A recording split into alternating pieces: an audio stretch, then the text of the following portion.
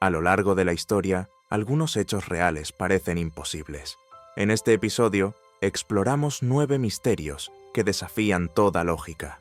Un rey perdido en batalla, un ejército tragado por el desierto, una escritura que nadie puede leer, y más. Figuras que desaparecen, civilizaciones que se desvanecen, secretos enterrados o quemados, historias reales, sin explicación. Prepárate para ver el pasado como nunca antes, porque nada de esto debería haber ocurrido, pero ocurrió. En el turbulento siglo XVI, Portugal, uno de los imperios más poderosos del mundo, quedó bajo el mando de un niño. Sebastián I ascendió al trono con apenas 3 años de edad, tras la muerte de su abuelo, el rey Juan III. En lugar de jugar en los jardines reales, su infancia transcurrió entre salmos, sermones y la sombra de un destino escrito por otros. Fue criado por tutores jesuitas, hombres profundamente religiosos, que vieron en él no solo a un rey, sino a un elegido. Le inculcaron desde muy pequeño una misión que iba más allá del gobierno, una cruzada espiritual, una empresa sagrada. Le enseñaron que su vida no sería como la de otros monarcas, que estaba llamado a restaurar la gloria de la cristiandad y enfrentarse al Islam, como lo habían hecho los reyes antiguos. Sebastián creció con esta idea ardiendo en su interior.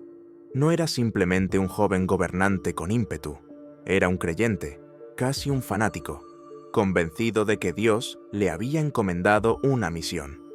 Y cuando alcanzó la mayoría de edad, esa obsesión se convirtió en acción.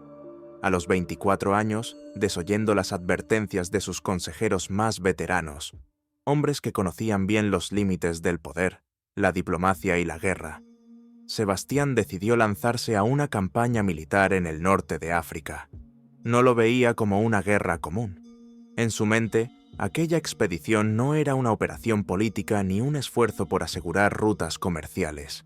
Para él, era una empresa divina, una cruzada moderna. El objetivo era restaurar a Muhammad II, un sultán marroquí que había sido derrocado, y al mismo tiempo derrocar al nuevo soberano, Abd al-Malik, quien contaba con el respaldo de uno de los imperios más formidables del momento, el Imperio Otomano. Sebastián no buscaba simplemente conquistar territorios, quería dejar una huella en la historia, redimir a la cristiandad y, en el proceso, alcanzar una gloria inmortal. Pero lo que le esperaba en Marruecos no era la gloria, era el abismo. En el abrasador verano de 1578, el rey Sebastián finalmente llevó su sueño a la realidad. Cruzó el mar con una imponente fuerza de 25.000 hombres. Era un ejército colorido y variado.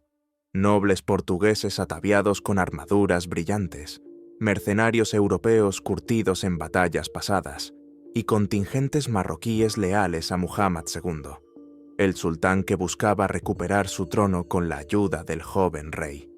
Avanzaron tierra adentro bajo el sol inclemente del norte de África, en columnas polvorientas, confiados, convencidos de que la victoria era solo cuestión de tiempo. El aire estaba cargado de expectativa y fe.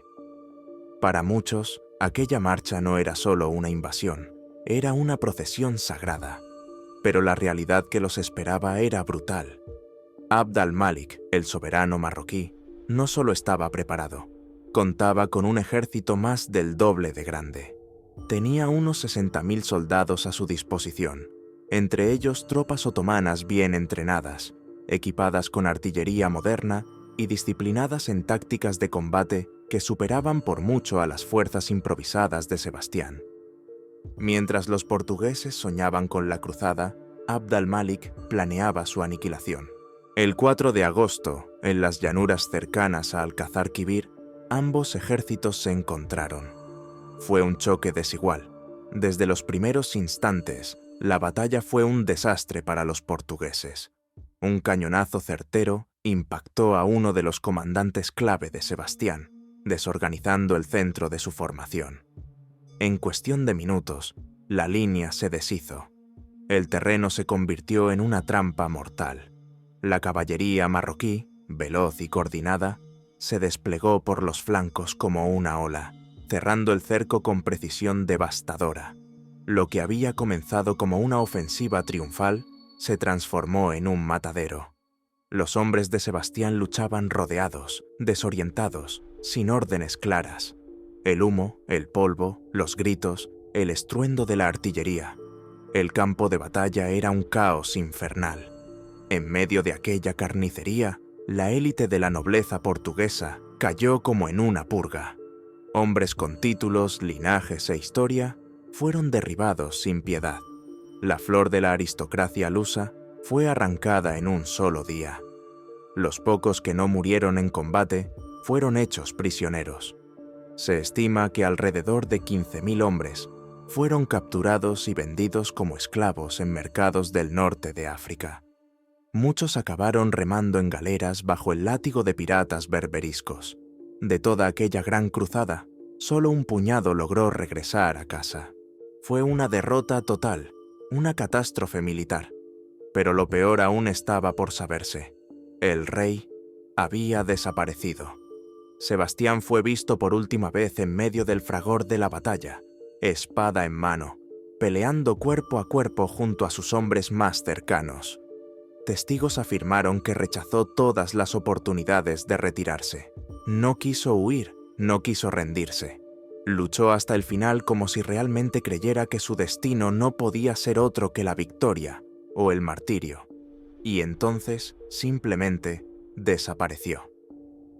En medio del humo, la sangre y el caos, el joven rey se desvaneció como una figura trágica arrastrada por la marea de la historia. Tras la batalla, los soldados buscaron su cuerpo entre los miles de cadáveres que cubrían el campo. Hallaron uno que creyeron suyo, pero nunca pudieron identificarlo con certeza. El cuerpo no portaba insignias reales. No había una marca, una prueba definitiva. Así nació el enigma. ¿Murió Sebastián aquel día o logró escapar? Esa duda bastó para sembrar una esperanza persistente, porque su ausencia, más que su presencia, lo convirtió en leyenda. Portugal, mientras tanto, se enfrentó al abismo. Sin heredero directo, la corona pasó de forma provisional al único miembro superviviente de la familia real, el cardenal Enrique, un anciano de casi 70 años que, por su condición de clérigo, no tenía descendencia. Gobernó apenas 2 años, tiempo suficiente para que el reino entrara en una tensa espera, y luego en una crisis irreversible. A su muerte, en 1580, el trono quedó vacante y las potencias extranjeras actuaron con rapidez. Felipe II de España, nieto de Manuel I de Portugal, reclamó el derecho al trono, pero su reclamación no fue solo una cuestión de sangre. Fue respaldada por ejércitos, invadió Portugal, aplastó a los pocos que aún ofrecían resistencia y se proclamó rey, Felipe I de Portugal. Así comenzó la Unión Ibérica, una era de dominación extranjera que duraría 6 décadas. Aunque en el papel Portugal conservó cierta autonomía, en la práctica fue absorbido por el poderío español. Su flota, sus colonias, su comercio, todo quedó subordinado a los intereses de Madrid. La independencia portuguesa había terminado, y todo había comenzado con un joven rey, que soñó con la gloria y desapareció en su búsqueda. Pero mientras tanto, algo extraordinario comenzaba a gestarse entre la gente. En las aldeas, en los campos, en los puertos y en las plazas, se empezó a susurrar una posibilidad imposible de ignorar. Sebastián no había muerto. Había escapado de la masacre, quizá con la ayuda de aliados moriscos, quizá protegido por la providencia. Estaba vivo, oculto en algún lugar lejano, esperando el momento justo para regresar y salvar a su pueblo. Ese susurro se convirtió en creencia, y esa creencia en febrero. Así nació el sebastianismo, una corriente mística, casi religiosa, que prometía el regreso del rey desaparecido. Un día, decían, volvería a cabalgar bajo el estandarte portugués cuando la patria lo necesitara más. Para muchos, Sebastián no era solo un hombre, sino un mesías nacional. Durante décadas, la esperanza se mantuvo viva. No faltaron quienes quisieron aprovecharla. 4 impostores diferentes se hicieron pasar por el rey perdido, cada uno con su historia, su disfraz, su audacia. El más famoso fue un panadero español que hablaba varios idiomas, algo inusual para su oficio. Su erudición, su porte, su carisma, convencieron a muchos. Logró sostener su farsa durante meses, hasta que fue desenmascarado y ejecutado. Pero incluso después, la fe no desapareció. El tiempo, sin embargo, no tuvo piedad. El imperio portugués comenzó a desmoronarse. La gloria que Sebastián había soñado, esa cruzada que debía marcar una nueva era, se perdió en el polvo de la historia. Pero irónicamente, fue su ausencia, y no su reinado, lo que lo elevó al mito. Se convirtió en una figura eterna, un símbolo de redención futura. Un rey que nunca murió, sino que se transformó en promesa. Una promesa que aún hoy, en las capas más profundas del imaginario portugués, sigue viva. Y así como el joven Sebastián desapareció sin dejar rastro en un campo de batalla extranjero, también lo hizo otro ejército siglos antes, pero esta vez en medio del desierto. Un ejército persa, 50.000 hombres, desvanecidos por completo. Y nadie, hasta hoy, ha podido explicar cómo.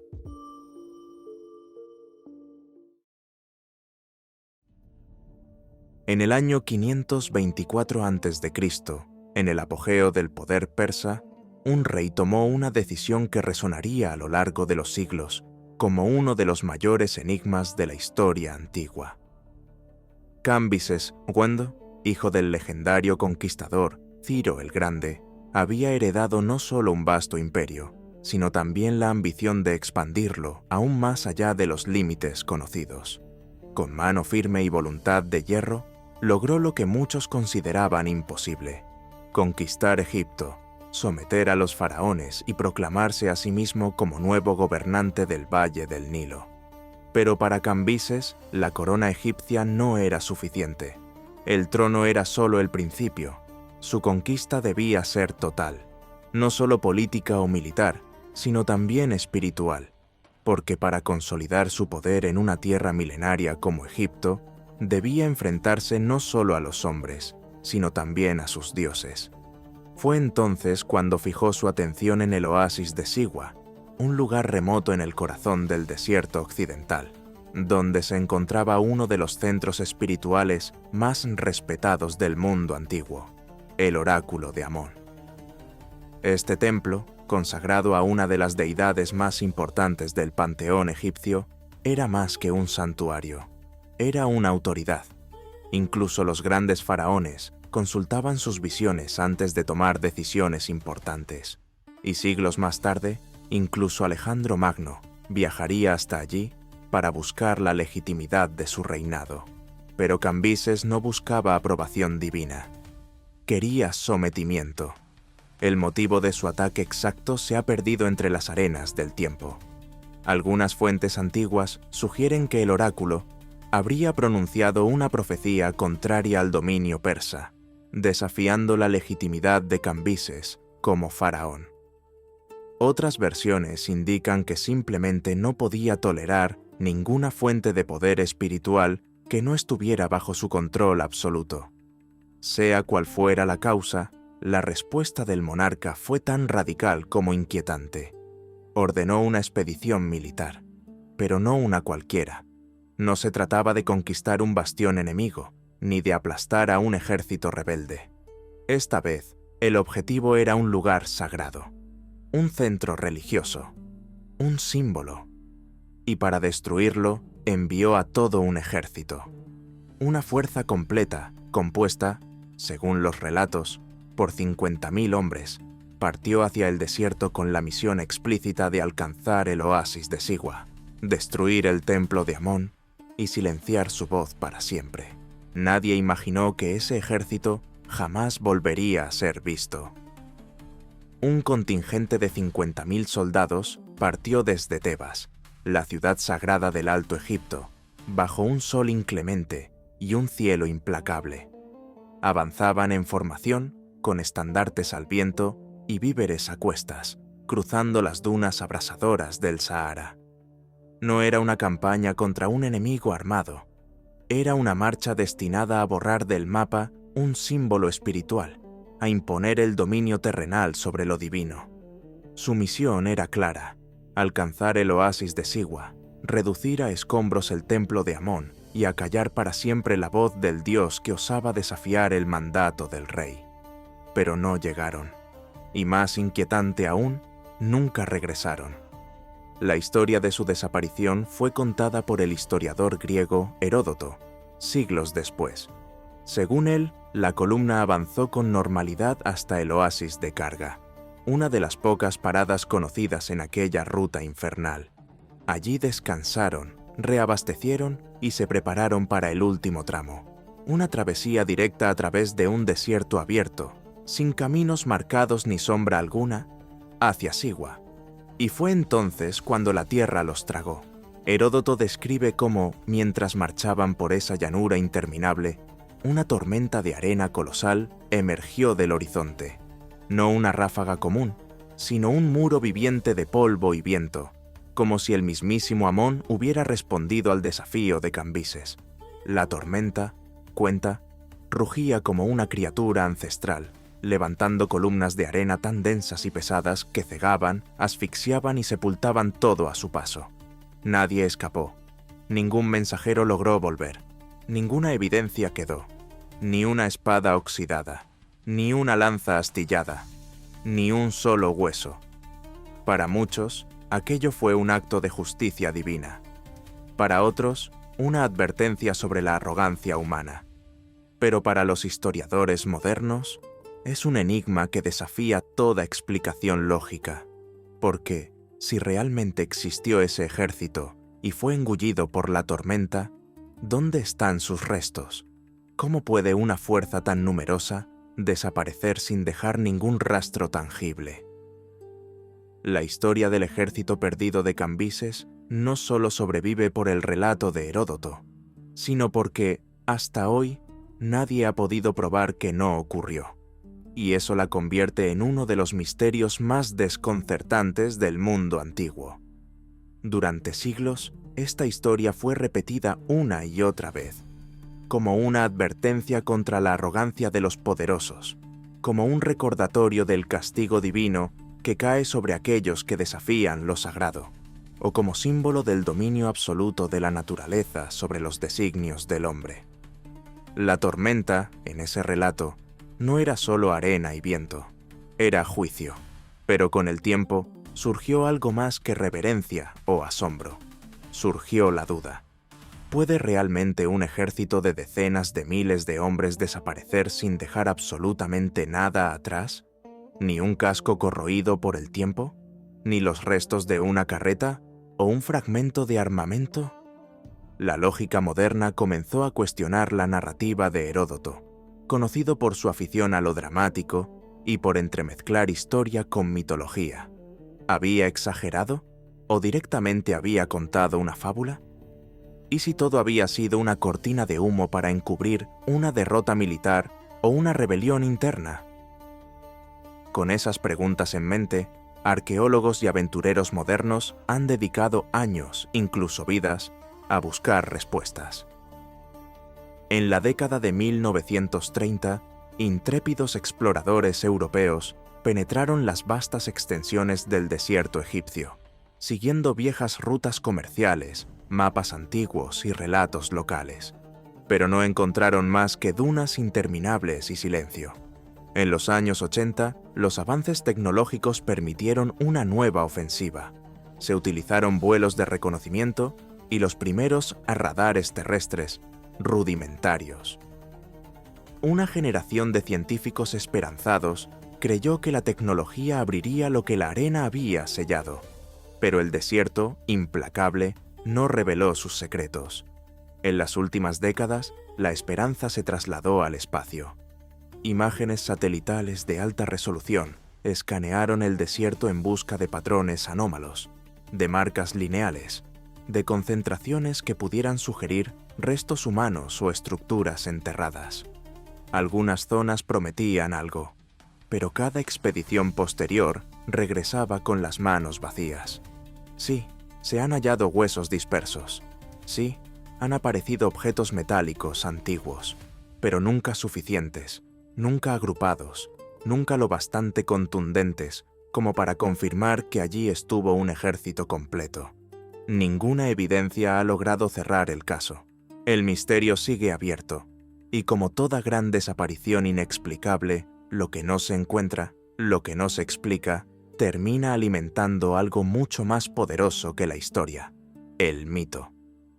A lo largo del tiempo, distintas teorías han intentado dar una explicación lógica a lo ocurrido. Algunos estudiosos han propuesto interpretaciones más terrenales. Tal vez el ejército, mal guiado y mal equipado para una travesía tan hostil, se perdió en la inmensidad del Sahara. Quizás murieron de sed, uno a uno, bajo un sol despiadado, sus cuerpos lentamente cubiertos por las dunas movedizas. Otros sospechan que fueron emboscados y aniquilados por grupos rebeldes egipcios, y que la historia de la tormenta no fue más que un relato construido por los persas para ocultar una derrota vergonzosa. También hay quienes dudan de que Cambises haya enviado realmente a 50.000 hombres a una misión tan ilógica, tan suicida, y creen que la magnitud del ejército fue inflada con el tiempo por narradores como Heródoto. Pero lo más desconcertante es que, tras siglos de búsqueda y especulación, no existe evidencia suficiente para confirmar ninguna versión. No hay certezas, solo conjeturas, solo vacío. Lo único que podemos afirmar es que, en algún momento perdido de la historia antigua, un rey poderoso dio una orden: marchar hacia el oeste, y que decenas de miles de soldados desaparecieron sin dejar rastro. Un ejército tragado por el desierto. Un silencio tan absoluto que parece más deliberado que casual. Y un misterio que, hasta hoy, sigue enterrado bajo capas de arena y siglos de incertidumbre. Porque en el desierto, lo que se pierde de verdad. Y no todos los secretos están destinados a ser encontrados. Pero no hace falta retroceder miles de años para tropezar con lo inexplicable. A veces, los enigmas están mucho más cerca, escritos en tablas de madera, en una isla remota del Pacífico. Tablas que nadie en el mundo moderno puede leer, ni descifrar, ni entender. El siguiente misterio nos lleva a Rapa Nui y al enigma sin resolver de Rongorongo.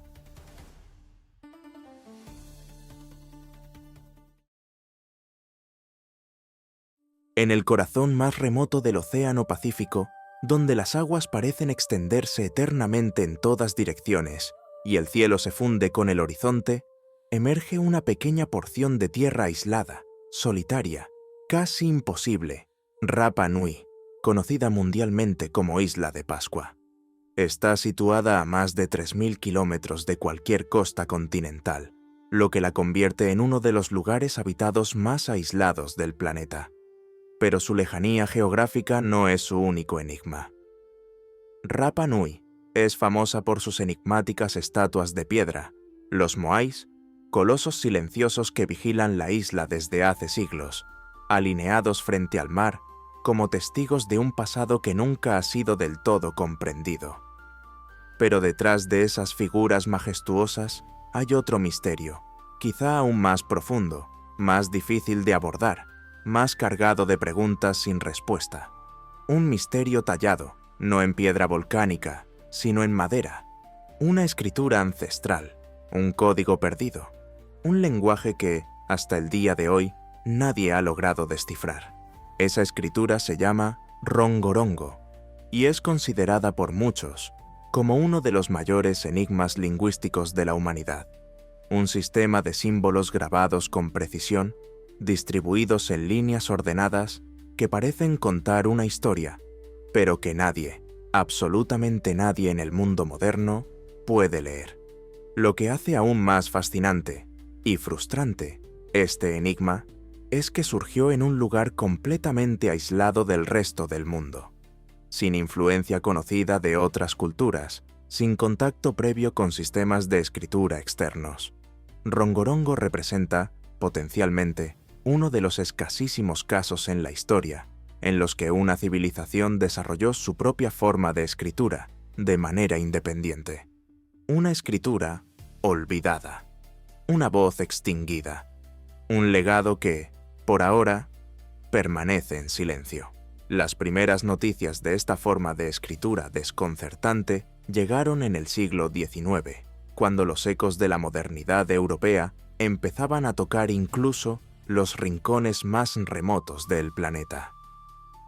En 1864, un misionero francés llamado Eugène Herrault, que recorría la isla con fines de evangelización, fue quien hizo el hallazgo inicial.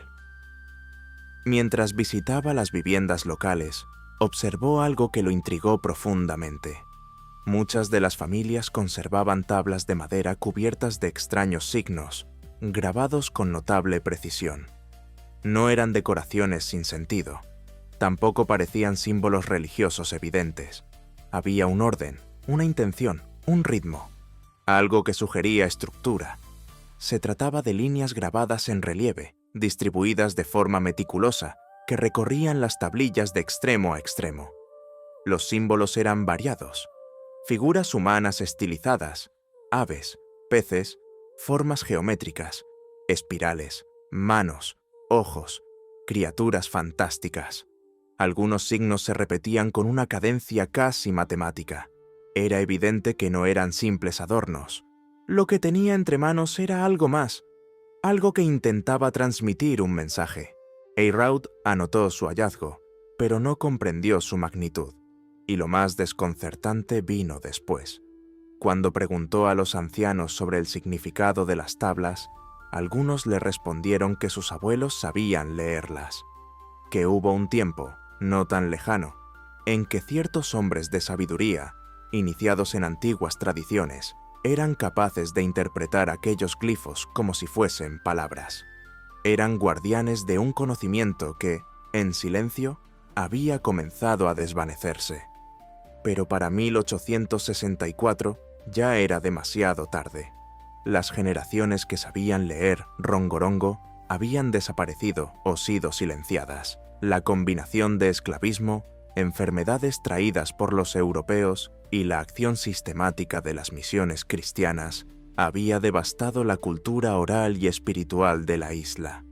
El misionero no lo sabía, pero acababa de presenciar los últimos vestigios de un lenguaje en extinción, un lenguaje que desaparecería en una sola generación, sin que nadie alcanzara a traducirlo. Pero la tragedia ya se había puesto en marcha mucho antes de que nadie se diera cuenta de lo que estaba en juego. En cuestión de pocas décadas, Rapa Nui, ya frágil por su aislamiento y limitada en recursos, fue golpeada por una tormenta perfecta, redadas esclavistas que arrancaron a cientos de habitantes de sus hogares y los llevaron a morir en barcos o minas lejanas. Epidemias traídas por los colonos que diezmaron a una población que jamás había tenido contacto con esas enfermedades.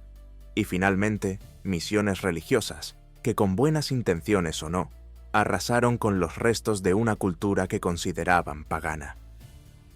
El conocimiento tradicional, transmitido oralmente de generación en generación, se extinguió de forma abrupta.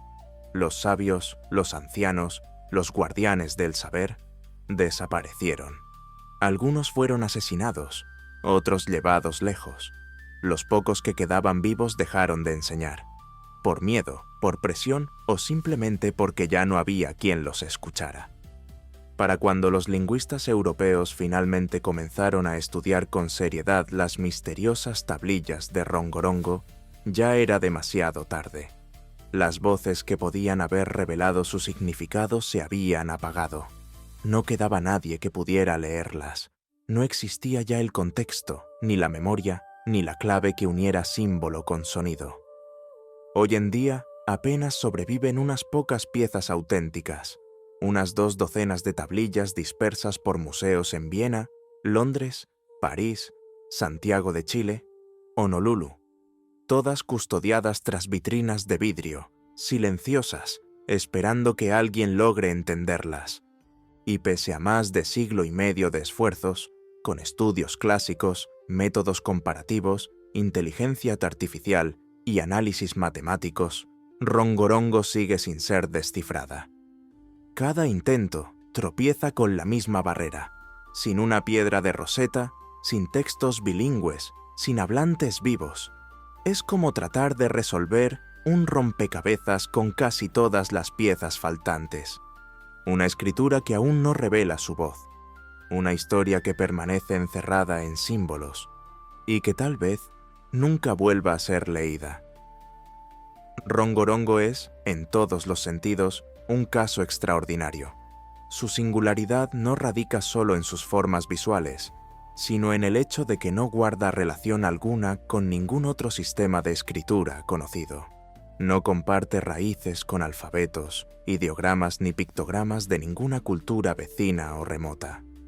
Apareció en un lugar completamente aislado del mundo, sin influencia directa de otras civilizaciones letradas, lo que la convierte en un fenómeno casi sin paralelo en la historia de la humanidad. Esta completa desconexión es precisamente lo que hace tan difícil su desciframiento. No existen inscripciones bilingües, como la piedra de Rosetta lo fue para los jeroglíficos egipcios. No hay versiones paralelas que permitan comparar símbolos con significados conocidos. No hay contextos culturales externos que ayuden a interpretarla. Rongorongo está sola, encerrada en su propio universo simbólico, como si hablara un idioma que solo la propia isla supiera, y que incluso ella ha olvidado. Ante esta barrera, los expertos han formulado hipótesis opuestas. Algunos sostienen que Rongorongo no es una escritura en sentido estricto, sino un sofisticado sistema mnemotécnico.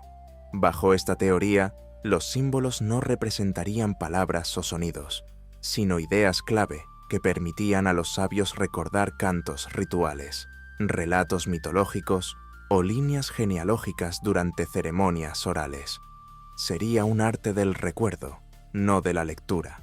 Otros, en cambio, defienden la idea de que se trata de un verdadero sistema de escritura, fonético o logográfico, que representaba con precisión el idioma de los antiguos Rapa Nui. De comprobarse esta hipótesis, Rongorongo se uniría al reducido y exclusivo grupo de sistemas de escritura creados de manera autónoma en la historia, junto a los jeroglíficos egipcios, la escritura cuneiforme mesopotámica, los caracteres chinos y los glifos mayas.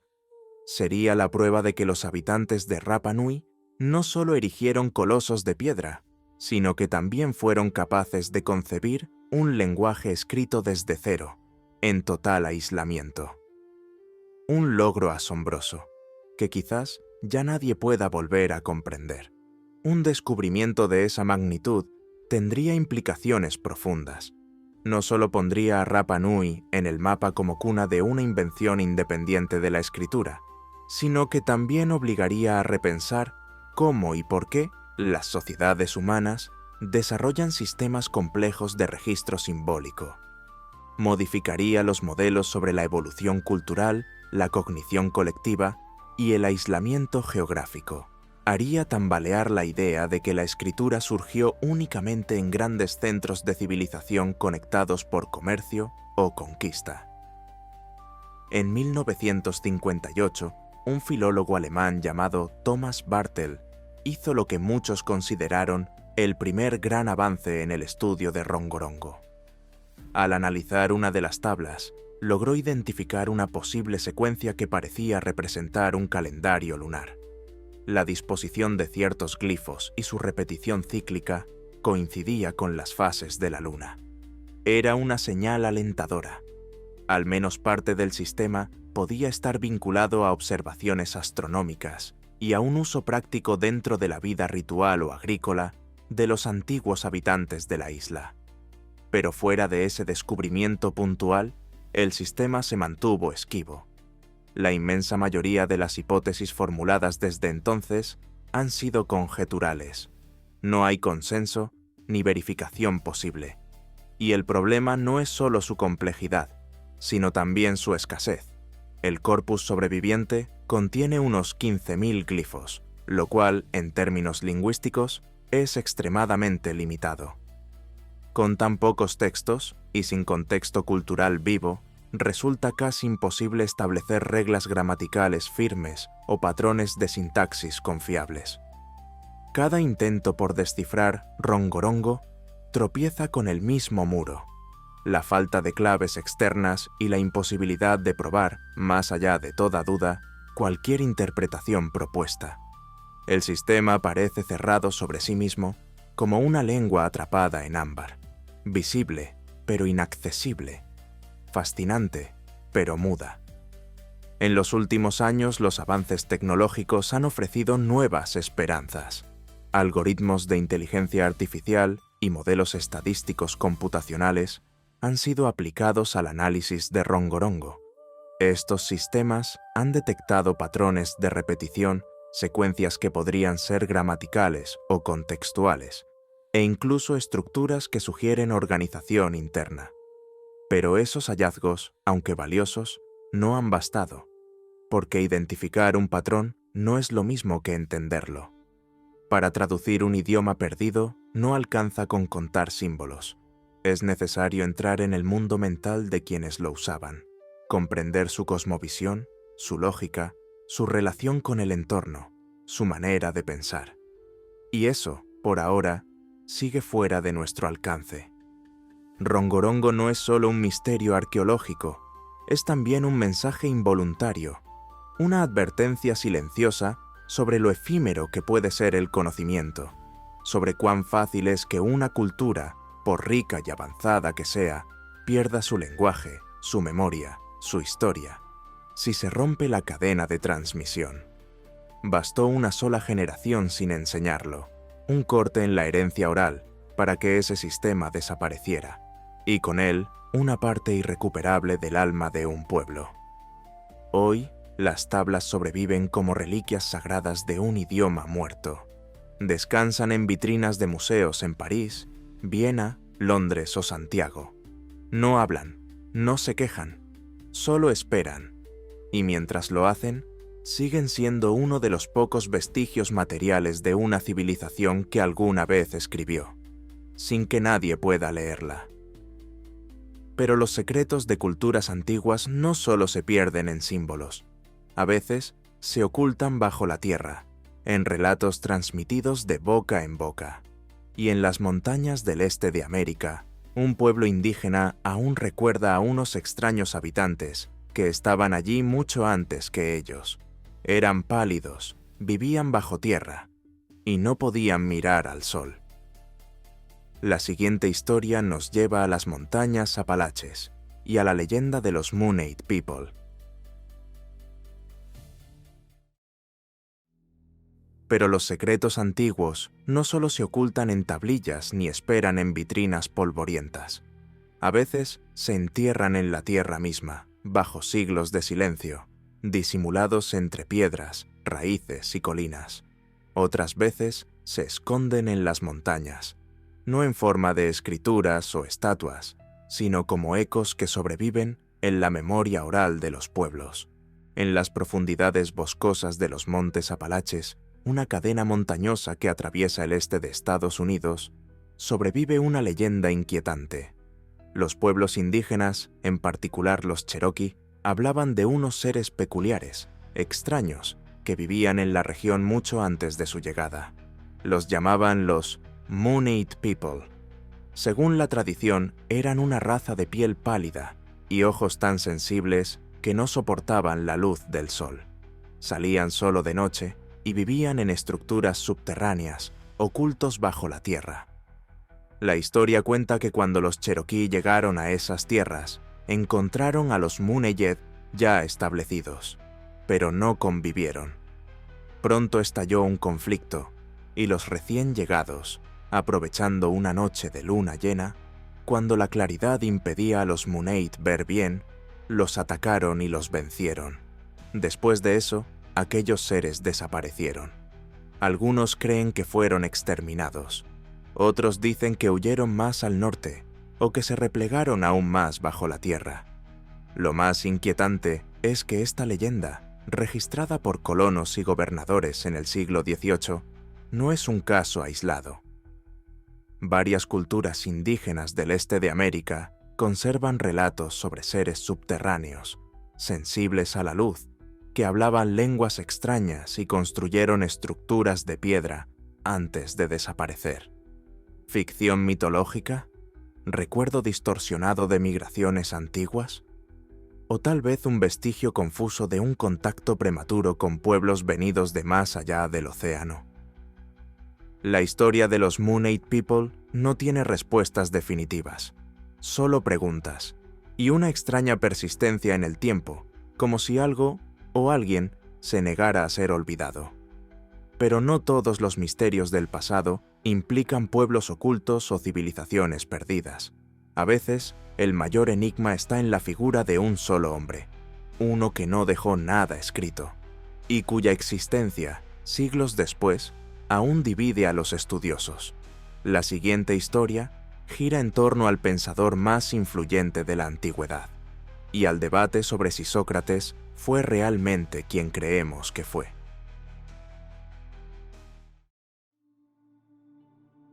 Si uno piensa en los grandes nombres de la historia del pensamiento, es casi inevitable que aparezca él, Sócrates, figura central de la filosofía occidental, maestro de Platón, símbolo del pensamiento crítico, del cuestionamiento constante y del compromiso con la verdad. Un hombre que, según la tradición, no escribió una sola palabra, pero cuya influencia moldeó siglos de reflexión filosófica.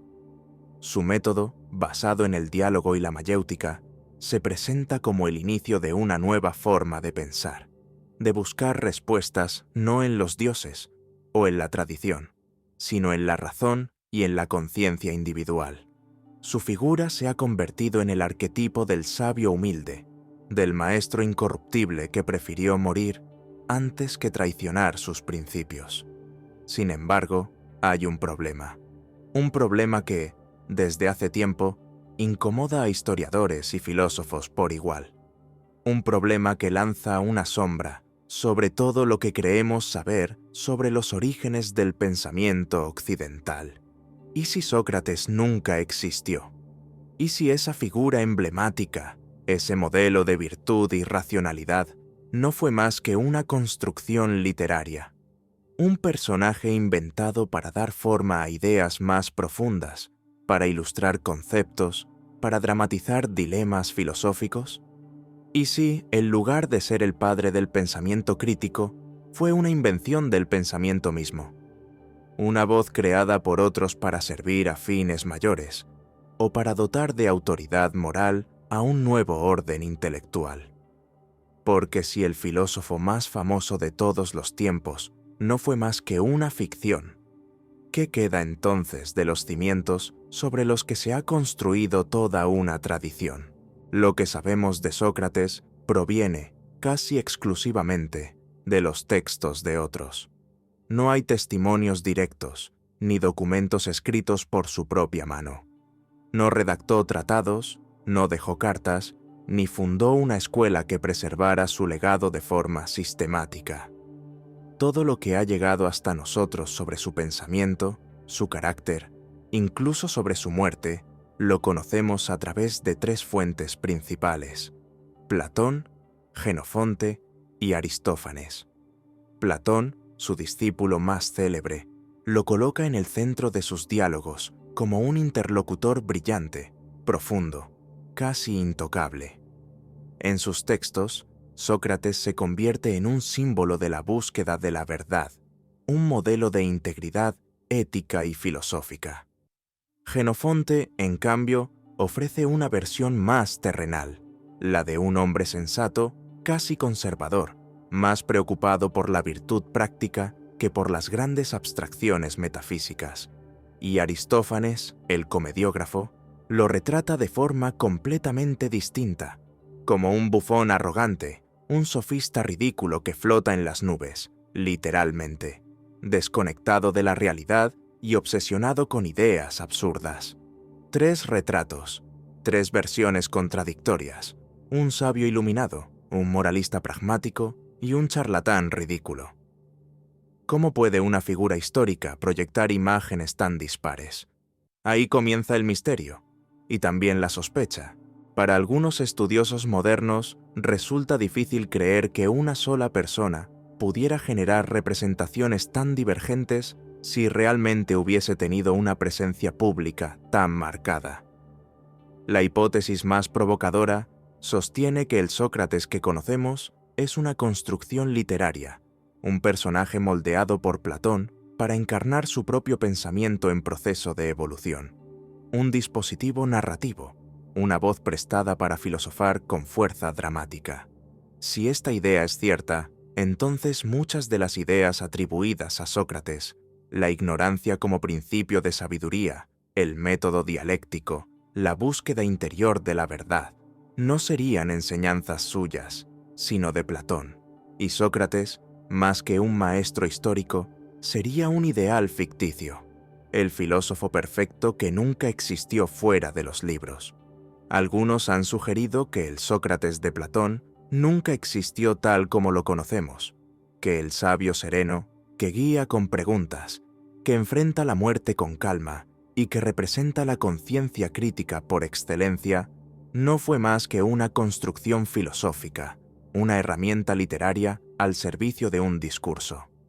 Platón necesitaba una figura que representara la sabiduría sin arrogancia, la verdad sin dogma, la virtud sin imposición, y para eso creó a Sócrates.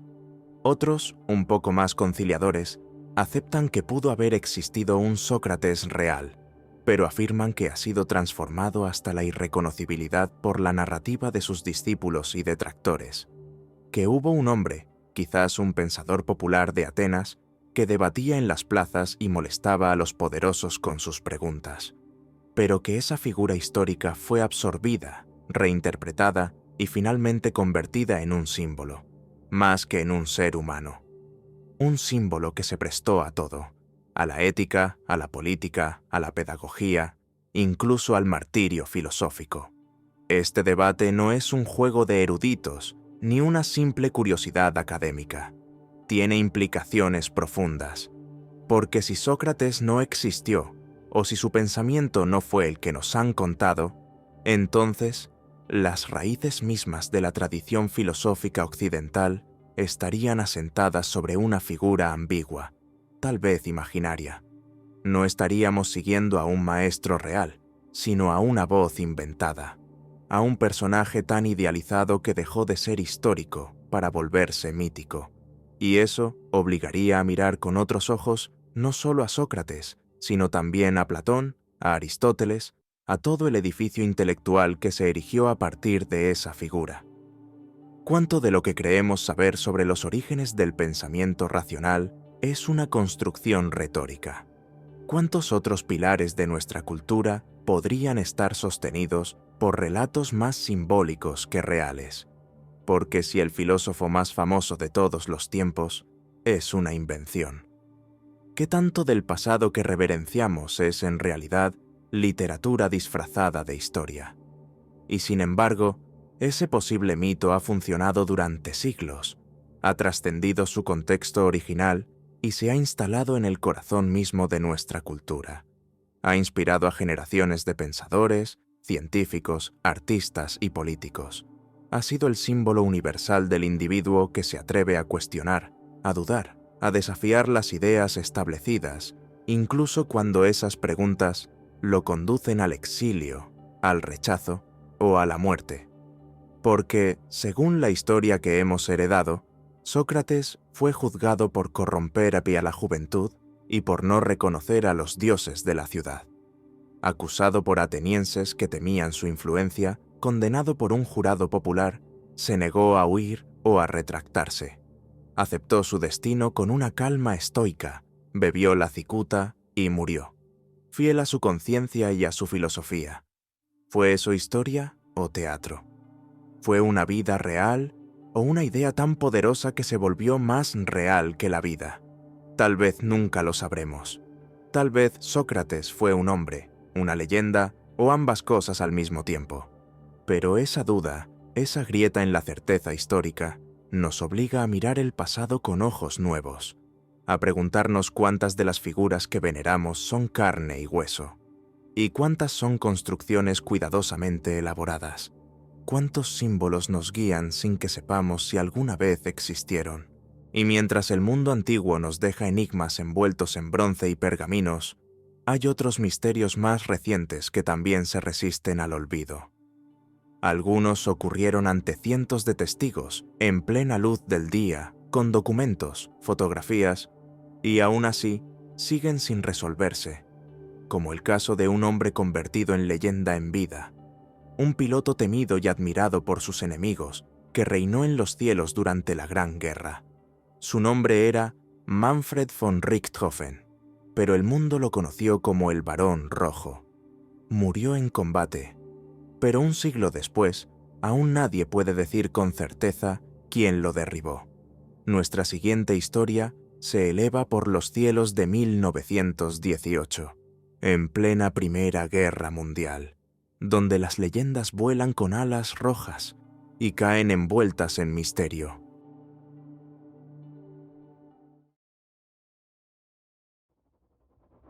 Durante la Primera Guerra Mundial, cuando los combates no solo se libraban en trincheras fangosas, sino también en el cielo abierto, una figura surgió con tal fuerza que trascendió el conflicto para convertirse en mito. Manfred von Richthofen, el temido y admirado Barón Rojo.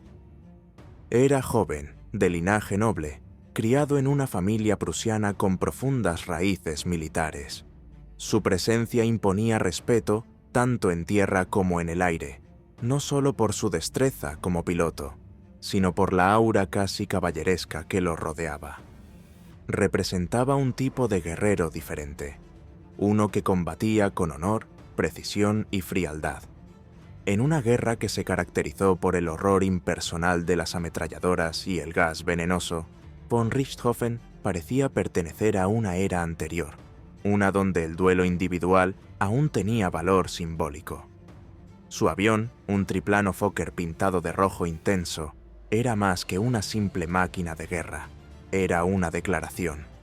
En una época en que los pilotos evitaban llamar la atención para no ser blanco fácil, él hacía lo contrario. Quería que lo vieran, que supieran que era él quien se acercaba. Su color era una firma, un desafío abierto, una forma de decirle al enemigo que su destino estaba sellado. Y sin embargo, era letal. Su historial lo demuestra. Más de 80 aeronaves enemigas derribadas en combate, una cifra que ningún otro piloto de la contienda logró igualar. Cada victoria era registrada con precisión. Cada avión abatido era testimonio de su habilidad táctica, su puntería milimétrica y su dominio absoluto del combate aéreo. Para sus compañeros era un líder, para sus enemigos una amenaza imparable, para todos una leyenda naciente. Pero como todas las leyendas, su historia estaba destinada a un final envuelto en misterio, uno que, más de un siglo después, todavía nadie ha podido resolver del todo. Pero tan legendaria como su vida, fue su muerte. Y como en toda buena leyenda, los hechos se mezclan con la niebla de la incertidumbre.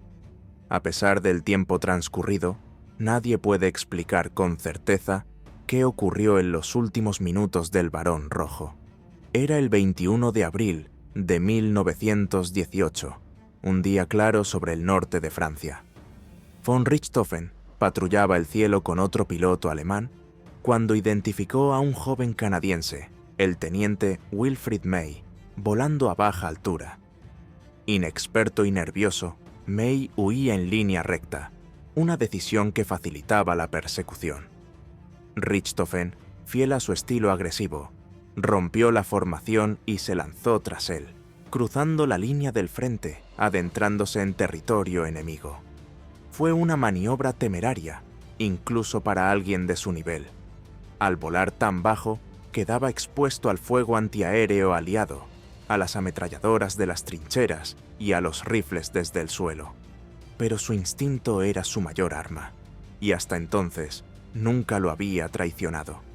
se acercó velozmente a su objetivo, esquivó disparos desde tierra, se mantuvo a pocos metros del avión enemigo, como si quisiera asegurarse del tiro. Su compañero, el teniente Wolfram von Richthofen, primo de Manfred, lo observaba desde atrás, incapaz de seguirle el ritmo o advertirle del peligro. Y entonces ocurrió lo inesperado. El avión rojo comenzó a inclinarse, a perder altura con rapidez. No fue una caída abrupta, sino un descenso controlado, casi suave, como si su piloto aún estuviera al mando, pero debilitado. La aeronave tocó tierra en un campo cercano, sin estrellarse. Varios soldados australianos y británicos corrieron hacia el aparato. Encontraron al piloto aún en su asiento, con el cinturón abrochado, ya sin vida. Había recibido un disparo único, preciso, que atravesó su torso desde el costado derecho y salió por el izquierdo, dañando órganos vitales. El Barón Rojo, el hombre que había desafiado al cielo y había salido victorioso más de 80 veces, había sido abatido. ¿Pero por quién? ¿Desde dónde? ¿Y cómo? Las preguntas no tardaron en multiplicarse, y las respuestas nunca llegaron del todo. Aterrizó de emergencia en un campo abierto, cerca de la localidad de Vaux-sur-Somme. Su avión, aunque dañado, no se destruyó al tocar tierra. Los soldados aliados que llegaron primero encontraron a von Richthofen aún en su cabina, con el rostro sereno, como si hubiese muerto en paz. No hubo señales de lucha final, ni de agonía prolongada, solo una herida limpia y mortal. Una única bala le había atravesado el cuerpo en diagonal, desde la axila derecha hasta el lado izquierdo del pecho, alcanzando el corazón y los pulmones. Fue una muerte rápida, silenciosa, inesperada. Y ahí comenzó el misterio. ¿Quién disparó el tiro que puso fin a la carrera del Barón Rojo? ¿Fue un enemigo hábil o simplemente un golpe de suerte desde tierra? Durante décadas, la versión más difundida y defendida por la propaganda aliada fue que el capitán canadiense Roy Brown, quien venía volando detrás de von Richthofen, en ese momento había logrado alcanzarlo con una ráfaga desde su avión. Brown, de hecho, fue condecorado por aquella acción, y durante años se le reconoció oficialmente como el autor del disparo que derribó al piloto más temido de la guerra. Pero los informes médicos y balísticos empezaron a sembrar dudas. La dirección del impacto no coincidía con la posición de Brown en el cielo. Las pericias demostraron que la bala no venía desde atrás ni desde arriba, como sería de esperarse en un ataque aéreo. Venía desde abajo, desde el costado derecho del avión, exactamente donde se encontraban las trincheras aliadas. Eso significaba que el disparo probablemente había sido hecho desde tierra. Las teorías comenzaron a multiplicarse. ¿Fue un tirador de fusil? ¿Un artillero de ametralladora? ¿Una casualidad mortal de la guerra? Lo cierto es que ese día, decenas de soldados aliados dispararon hacia el cielo al ver pasar el avión rojo a baja altura. Identificar un único tirador sería como encontrar una aguja en un campo de fuego cruzado. Y sin embargo, eso no ha impedido que surjan nombres y reclamos por el mérito. El misterio del disparo que abatió al Barón Rojo se había convertido en otro tipo de batalla. Una por el relato, por la memoria, por el prestigio. Una batalla que, aún hoy, sigue sin un vencedor claro. Las investigaciones posteriores identificaron a varios posibles responsables del disparo fatal. Entre ellos, destacó el nombre del soldado australiano Cedric Popkin, artillero de ametralladora que tenía una posición favorable y cuya arma era capaz de realizar un disparo tan preciso. Por trayectoria, ángulo y distancia, muchos lo consideran el tirador más probable. Sin embargo, nunca se pudo confirmar. Nadie puede afirmar con certeza si fue él, otro artillero, un fusilero aislado o simplemente la azarosa sincronía del combate. Lo más irónico de todo es que el Barón Rojo, quien había sobrevivido a decenas de duelos aéreos contra los mejores pilotos de su tiempo, probablemente murió por un disparo anónimo desde tierra, realizado por alguien que quizás nunca supo a quién había alcanzado. Un destino inesperado para un hombre que dominó los cielos con precisión milimétrica y que hizo de la aviación su arte personal de guerra. Y sin embargo, incluso en la muerte, von Richthofen fue tratado con el respeto reservado a los enemigos admirados. Los soldados británicos que lo encontraron no solo reconocieron su identidad, sino que le ofrecieron un funeral militar con honores, con la solemnidad y el silencio debidos a un caballero del aire. En su tumba improvisada, colocaron una corona con una inscripción sencilla pero poderosa: a nuestro valiente y digno enemigo. Un siglo más tarde, su nombre sigue siendo sinónimo de leyenda, pero nadie ha podido señalar con certeza quién apretó el gatillo que terminó con su vida. Murió como vivió, envuelto en mitos, suspendido entre nubes, entre el honor y el misterio. Y mientras la muerte del Barón Rojo se diluye entre disparos y confusión, hay otras desapariciones que no se pierden en el campo de batalla, sino que se consumen en el fuego. Secretos que no fueron derribados, sino quemados, tal vez borrados intencionalmente. Porque el siguiente misterio no involucra aviones ni trincheras, sino un laboratorio, un incendio, y uno de los nombres más brillantes y más incomprendidos de la historia moderna: Nikola Tesla. La próxima historia comienza entre las cenizas de su laboratorio, y con una pregunta que todavía alimenta conspiraciones en todo el mundo. ¿Qué se perdió entre esas llamas? ¿Y por qué nunca se volvió a encontrar? Pocos nombres despiertan tanta fascinación y tantas teorías como el de Nikola Tesla, visionario, inventor, pionero de la electricidad moderna. Fue un genio que parecía pertenecer más al siglo XXI que al suyo propio. Imaginó tecnologías que hoy son parte de nuestra vida cotidiana, cuando la humanidad apenas comenzaba a comprender el potencial de la corriente eléctrica. Corriente alterna, transmisión inalámbrica, iluminación sin cables, automatización, energía gratuita para todos. Tesla soñaba con un mundo donde el conocimiento y los recursos no tuvieran dueño, donde la innovación fuera un bien común, libre de intereses económicos, y trabajó sin descanso para convertir ese sueño en realidad. Pero el mundo no estaba preparado para alguien como él. A finales del siglo XIX, se encontró en el centro de una guerra eléctrica que definiría el futuro de la humanidad. Mientras Thomas Edison promovía la corriente continua, más costosa y limitada, Tesla impulsaba la corriente alterna, más eficiente y capaz de alimentar ciudades enteras con menos pérdidas de energía. Su alianza con George Westinghouse lo llevó a ganar la batalla técnica. La corriente alterna se convirtió en el estándar, pero Tesla, a diferencia de sus competidores, no pensaba en patentes ni en beneficios. Su mente no estaba en el mercado, sino en el laboratorio.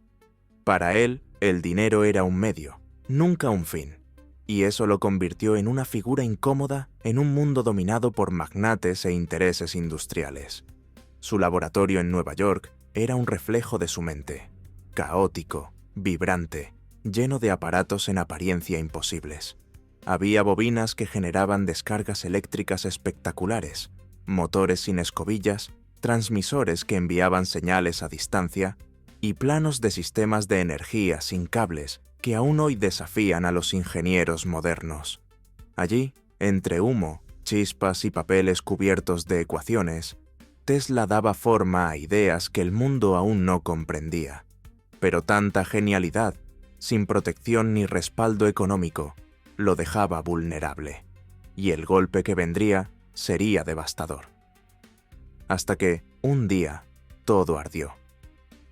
El 13 de marzo de 1895, un incendio devastador consumió por completo el laboratorio de Tesla en la calle South Fifth Avenue, en Manhattan. Fue un desastre fulminante, de esos que no dan tregua ni margen de reacción. Las llamas comenzaron en plena madrugada, y cuando los primeros bomberos llegaron, el fuego ya había alcanzado todos los niveles del edificio. No hubo manera de salvar nada. En cuestión de horas, desaparecieron décadas de trabajo experimental, generadores, osciladores, bobinas diseñadas por él mismo, circuitos únicos en el mundo, maquetas de transmisores de energía, motores de inducción en desarrollo, y lo más valioso, sus cuadernos, sus diagramas, sus anotaciones personales. Todo quedó reducido a cenizas, fragmentos calcinados y metal fundido. Cuando Tesla llegó al lugar, el humo todavía se alzaba entre los escombros. Se dice que se quedó inmóvil, en silencio, sin lágrimas ni gritos, como si no pudiera creer lo que veía. Sus colegas lo vieron caminar entre los restos, como buscando con la mirada algo que pudiera haberse salvado. Pero no había nada. Su laboratorio, que era también su santuario, su mente hecha materia, había desaparecido por completo, y con él algo más que máquinas y planos. Se perdió conocimiento que nunca fue publicado, ideas que solo existían en su cabeza y en esas hojas, inventos adelantados a su tiempo que tal vez nunca volvieron a tomar forma. Nadie sabe con certeza qué estaba desarrollando Tesla en ese momento. Pero él mismo, años después, diría que ese incendio fue la mayor tragedia de su vida científica. No solo por lo material perdido, sino porque significó un punto de quiebre, una línea que dividió su carrera entre lo que pudo haber sido y lo que quedó sepultado bajo las cenizas. La causa oficial del incendio nunca se esclareció del todo. ¿Un accidente eléctrico? ¿Un fallo en los equipos? ¿Una chispa fortuita entre los muchos cables y bobinas? ¿O algo más? Años después, comenzaron a circular versiones menos inocentes. ¿Fue realmente un accidente o fue sabotaje? Porque Tesla tenía enemigos. Su visión de un mundo interconectado, donde la energía se transmitiera de forma inalámbrica y gratuita, amenazaba directamente a los imperios económicos de su tiempo. Hombres como J.P. Morgan, que habían invertido fortunas en sistemas centralizados y tarifados, veían en Tesla no solo a un soñador, sino a un riesgo. Un peligro que, si no podía ser controlado, tal vez debía ser neutralizado. Algunos creen que el incendio fue provocado, que alguien, en las sombras, decidió apagar esa chispa antes de que prendiera fuego a los cimientos del orden económico global. Nunca se probó nada, pero el silencio que rodeó el caso y la rapidez con que se cerró siguió alimentando la sospecha. Tesla intentó seguir adelante. Reconstruyó un laboratorio más modesto. Volvió al trabajo, pero ya no era el mismo. Se volvió más solitario, más hermético, más enigmático. Sus proyectos se volvieron más ambiciosos y también más difíciles de entender. Hablaba de energía del éter, de comunicarse con Marte, de un rayo de la muerte que podía derribar aviones a kilómetros de distancia. Su mente, tan brillante como siempre, parecía adelantarse incluso más a su tiempo. Y el mundo, incapaz de seguirle el ritmo, simplemente dejó de escucharlo.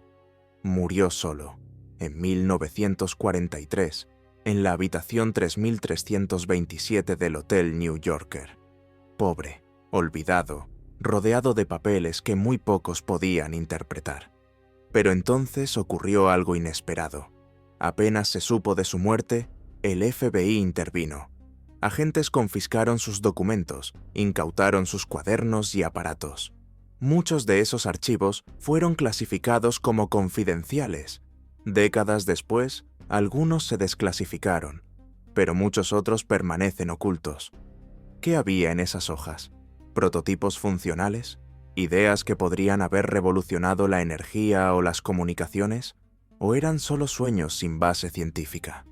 Lo único claro es que lo más importante, lo más esencial, pudo haberse perdido años antes, en ese incendio de 1895 que redujo a cenizas el universo de un genio. Un fuego que no solo destruyó máquinas, sino que tal vez apagó una parte del futuro.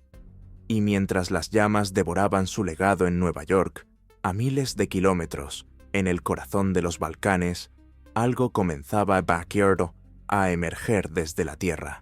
Estructuras colosales, cubiertas de vegetación, que parecían desafiar todo lo que sabíamos sobre la historia antigua de Europa. ¿Montañas? ¿Formaciones naturales? ¿O restos de una civilización que nunca debió haber existido allí? El próximo misterio nos lleva a Bosnia y Herzegovina, y al enigma, tan fascinante como polémico, de las pirámides de Bosnia.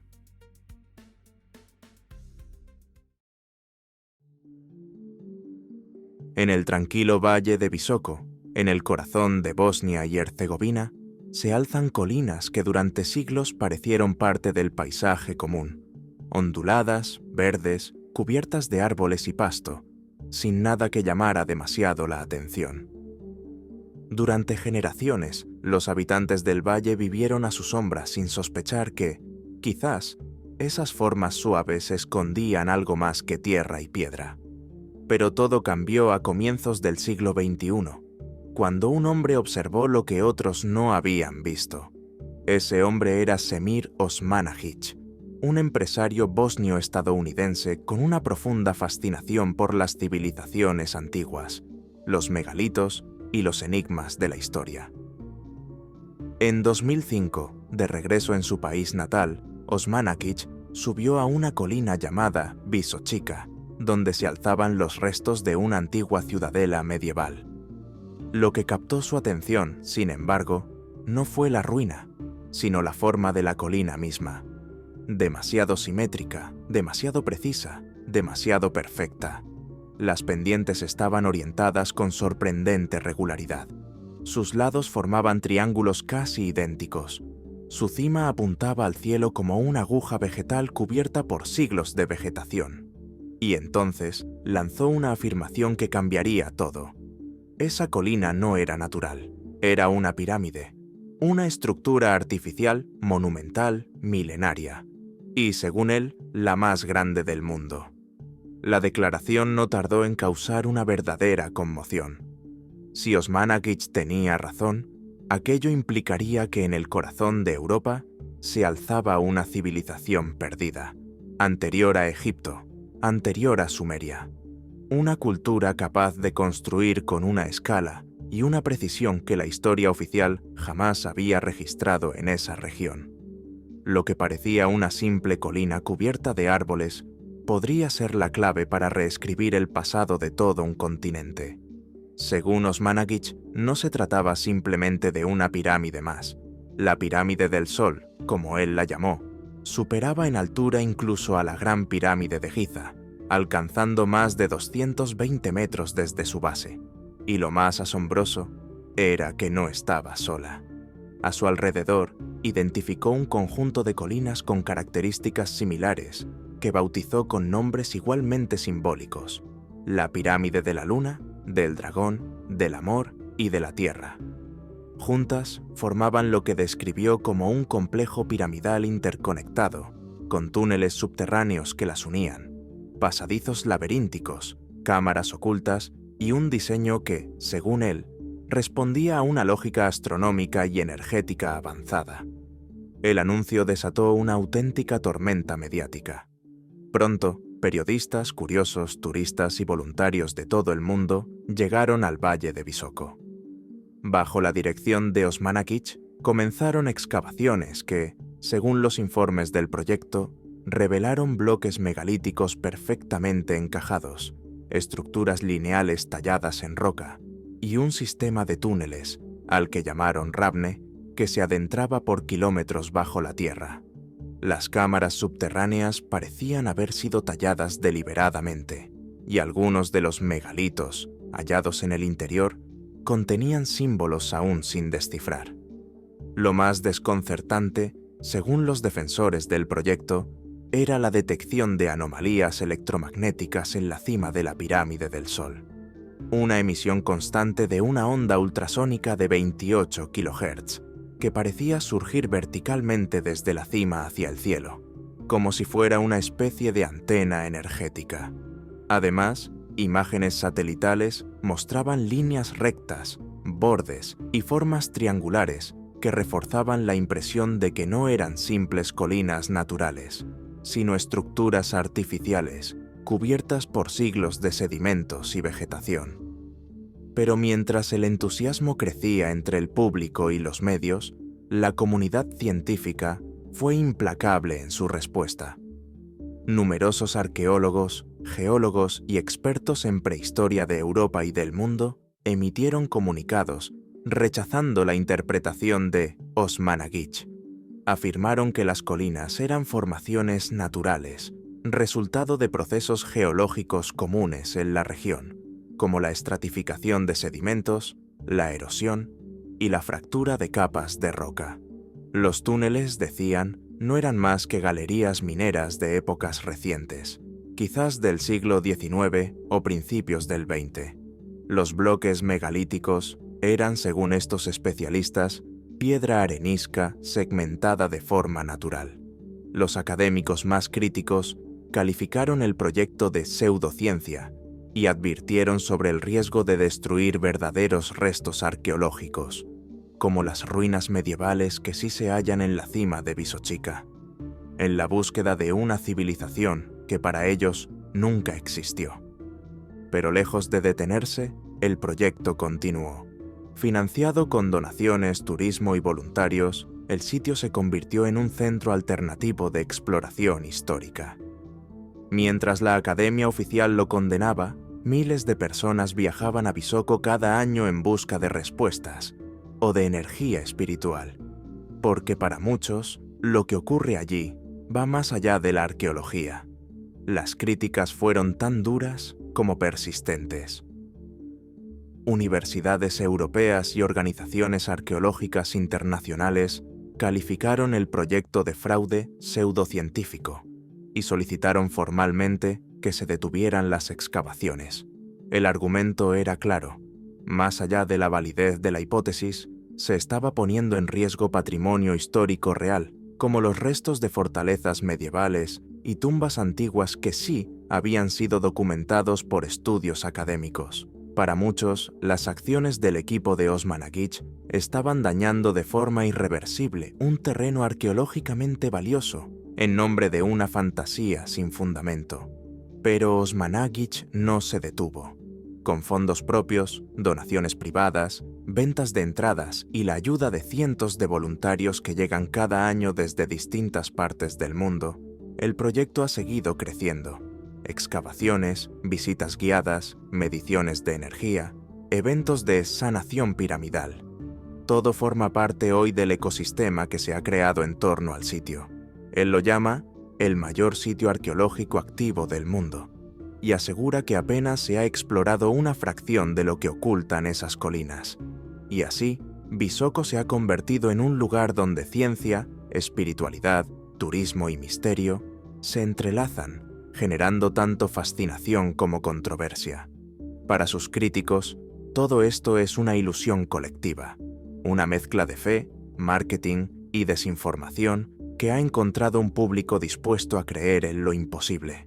Para sus defensores, es la prueba viva de que la historia oficial está incompleta y de que las instituciones académicas temen los descubrimientos que podrían hacer tambalear sus cimientos.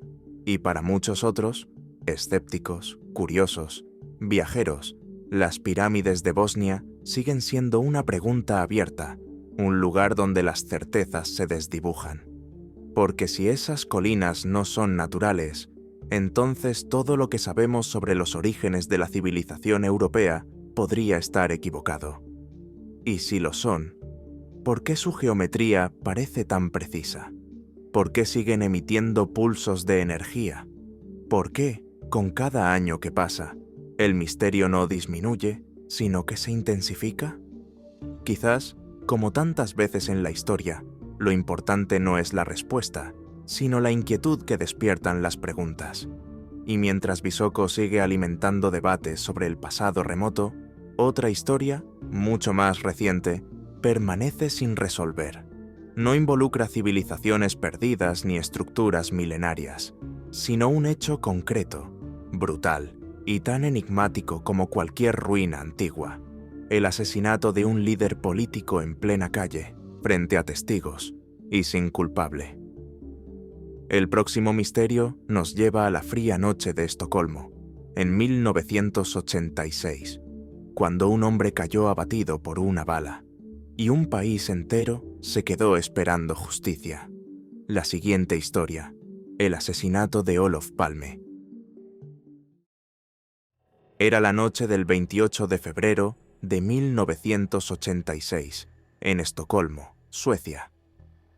La nieve caía con una calma persistente, cubriendo los techos y las calles con una capa blanca que amortiguaba los sonidos de la ciudad.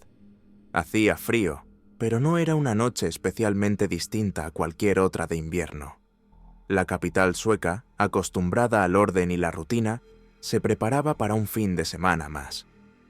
En una de sus avenidas más transitadas, Sveavägen, un hombre caminaba tranquilamente junto a su esposa.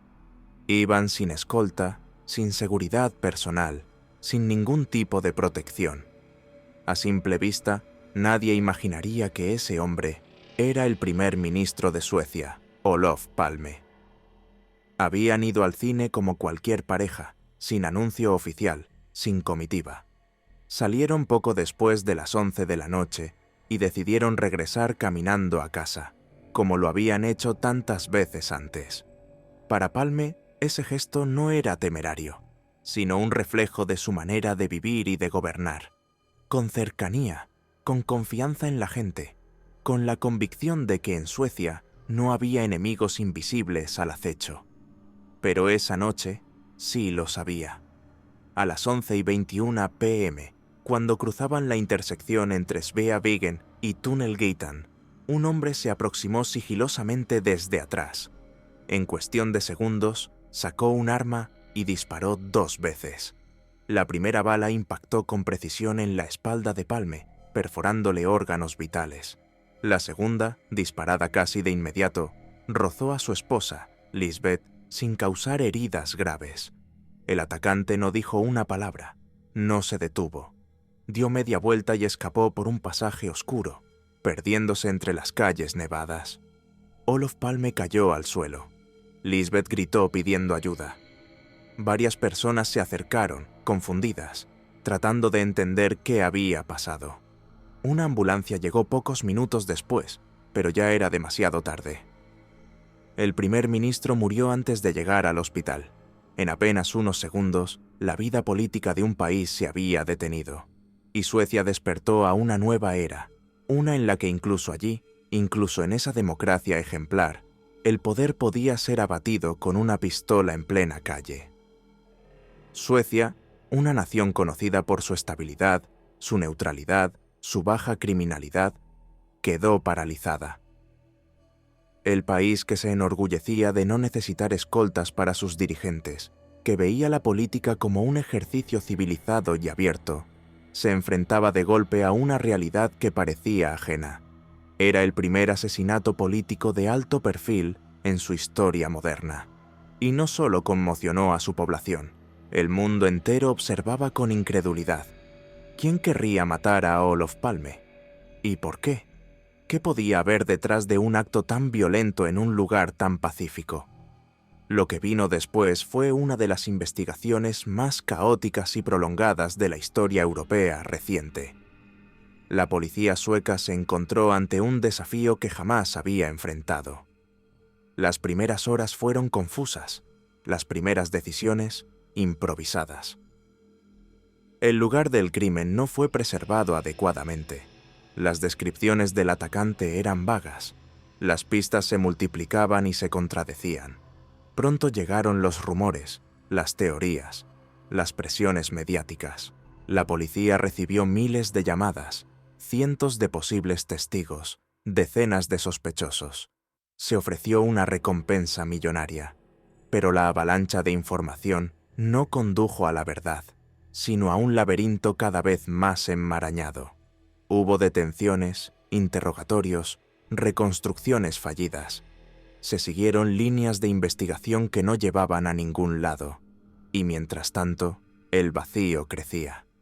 En 1989, 3 años después del crimen, un hombre llamado Christer Pettersson fue arrestado y llevado a juicio. Era un conocido consumidor de drogas con antecedentes por violencia.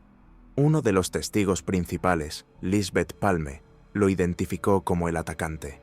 Fue condenado por asesinato, pero al año siguiente, el Tribunal de Apelación revocó la sentencia.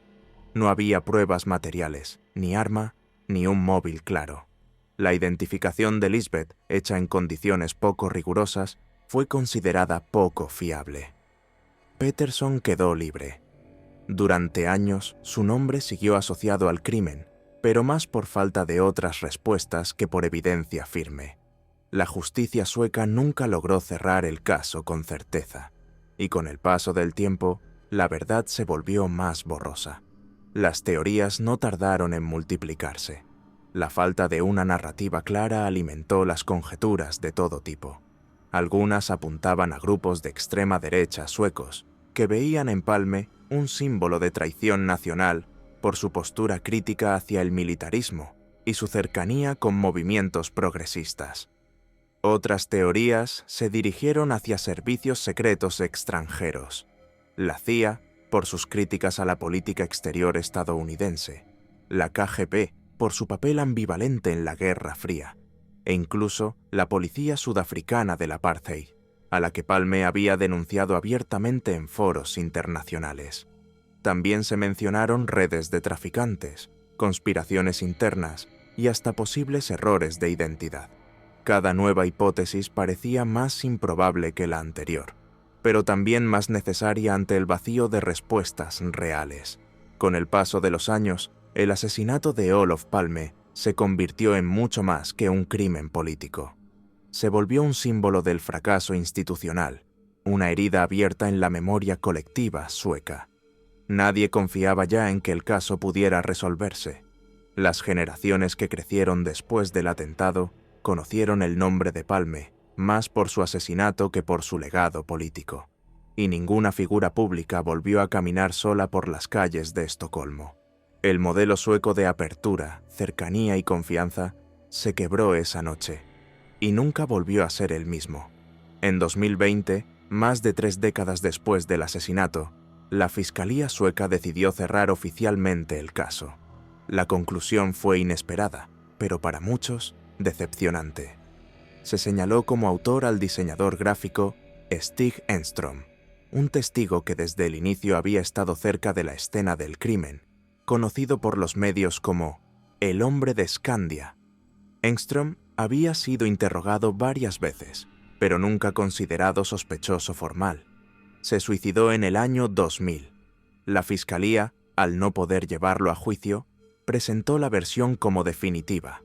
Caso cerrado por imposibilidad de enjuiciamiento. Pero las pruebas seguían siendo circunstanciales, basadas en inconsistencias en su relato y en su proximidad física al lugar. No había arma, no había testigos directos del disparo, no había confesión.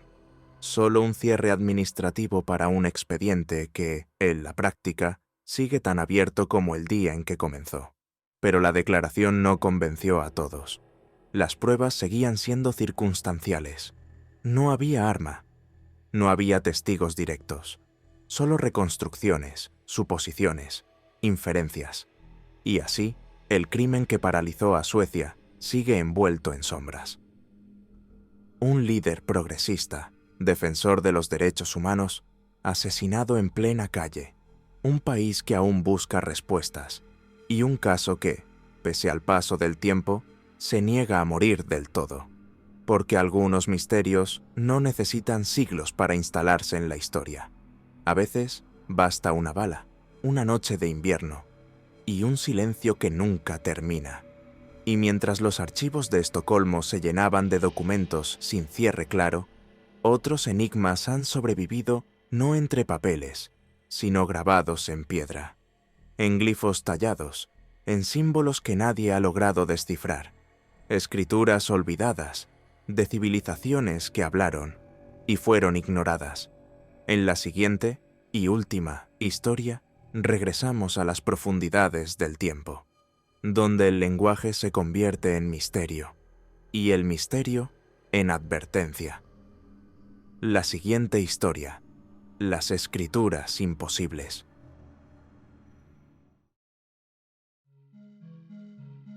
Hay un tipo de silencio que no proviene de la ausencia de palabras, sino de su presencia incomprensible. Glifos que nadie puede leer, símbolos que parecen tener sentido, pero cuyo significado se ha perdido. Inscripciones que sobreviven al tiempo, pero no a la comprensión. Como ecos atrapados en la piedra, siguen allí, mudos y persistentes, esperando que alguien vuelva a entender lo que alguna vez fue claro. Desde tabletas de piedra hasta tablillas de madera, desde muros tallados en cavernas olvidadas hasta cilindros grabados con precisión milimétrica, la humanidad ha dejado rastros de su pensamiento en forma de escritura. Fragmentos de rituales, relatos míticos, leyes, nombres, plegarias. Marcas que pretendían desafiar al olvido, vencer al tiempo, traspasar generaciones. Pero no todas esas escrituras cumplieron su propósito. Algunas se desvanecieron con sus pueblos, otras se enterraron bajo siglos de silencio, y otras, las más extrañas, las más enigmáticas, permanecen visibles, intactas, y sin embargo imposibles de comprender. Están ahí, como si dijeran algo importante que no sabemos cómo escuchar, como si contuvieran respuestas a preguntas que aún no hemos sabido formular. Escrituras que no son ausencia, sino exceso de presencia. Demasiadas formas, demasiados patrones, demasiado misterio. Y en ese exceso, en esa sobreabundancia de signos sin clave, lo que emerge no es la ignorancia, sino una advertencia. Una advertencia de que incluso aquello que intentamos preservar con más esmero, la palabra, puede volverse ilegible con el tiempo, que el conocimiento humano no es eterno, sino frágil, que todo lo que creemos dejar grabado en piedra puede convertirse, algún día, en un rompecabezas sin solución, y que, a veces, el pasado no se pierde por completo, solo cambia de idioma. Uno de los ejemplos más famosos es el disco de Festos, hallado en la isla de Creta en 1908. Un pequeño disco de arcilla cocida, de unos 16 centímetros de diámetro, cubierto por ambos lados, con espirales concéntricas de símbolos en relieve, cuidadosamente estampados con sellos individuales. Las figuras, misteriosas y estilizadas, muestran desde cabezas humanas hasta animales, herramientas, plumas y plantas. Nada parecido se ha encontrado antes o después. Se han propuesto decenas de teorías sobre su origen, su idioma, su propósito, su estructura, pero ninguna ha sido aceptada universalmente. ¿Es un mensaje religioso? ¿Un poema ceremonial? ¿Una oración codificada? ¿Un juego? ¿Una lista? ¿Un himno? Nadie lo sabe con certeza. Cada intento de traducción es como mirar a través de un cristal empañado. Se intuyen formas, pero no significados. Algo similar ocurre con la escritura del Valle del Indo, que aparece tallada en pequeños sellos de esteatita y fragmentos cerámicos, restos de una civilización que floreció entre el 2600 y el 1900 a.C., en lo que hoy es Pakistán y el noroeste de la India. Una de las culturas urbanas más avanzadas de su tiempo, con ciudades planificadas, sistemas de alcantarillado y arquitectura sorprendentemente sofisticada. Pero su sistema de escritura sigue siendo un misterio. A diferencia de lo que ocurrió en Egipto o Mesopotamia, no hemos encontrado una piedra de Rosetta que nos permita descifrarla. No existen textos bilingües ni transcripciones posteriores, solo breves secuencias de símbolos repetidos que parecen seguir patrones, pero no los suficientes como para establecer una gramática fiable. Son signos claros, bien definidos, consistentes, y sin embargo, impenetrables. El contenido de esos mensajes, si es que lo eran, permanece completamente inaccesible. Y con cada nuevo hallazgo, la pregunta crece. cuánto de lo que fuimos está encerrado en escrituras que ya no sabemos leer. También está lineará, una escritura minoica que precede al griego clásico, utilizada principalmente en la isla de Creta durante la Edad del Bronce. Sabemos que existió porque ha sido hallada en cientos de fragmentos de tablillas de arcilla, vasijas, inscripciones rupestres y objetos rituales.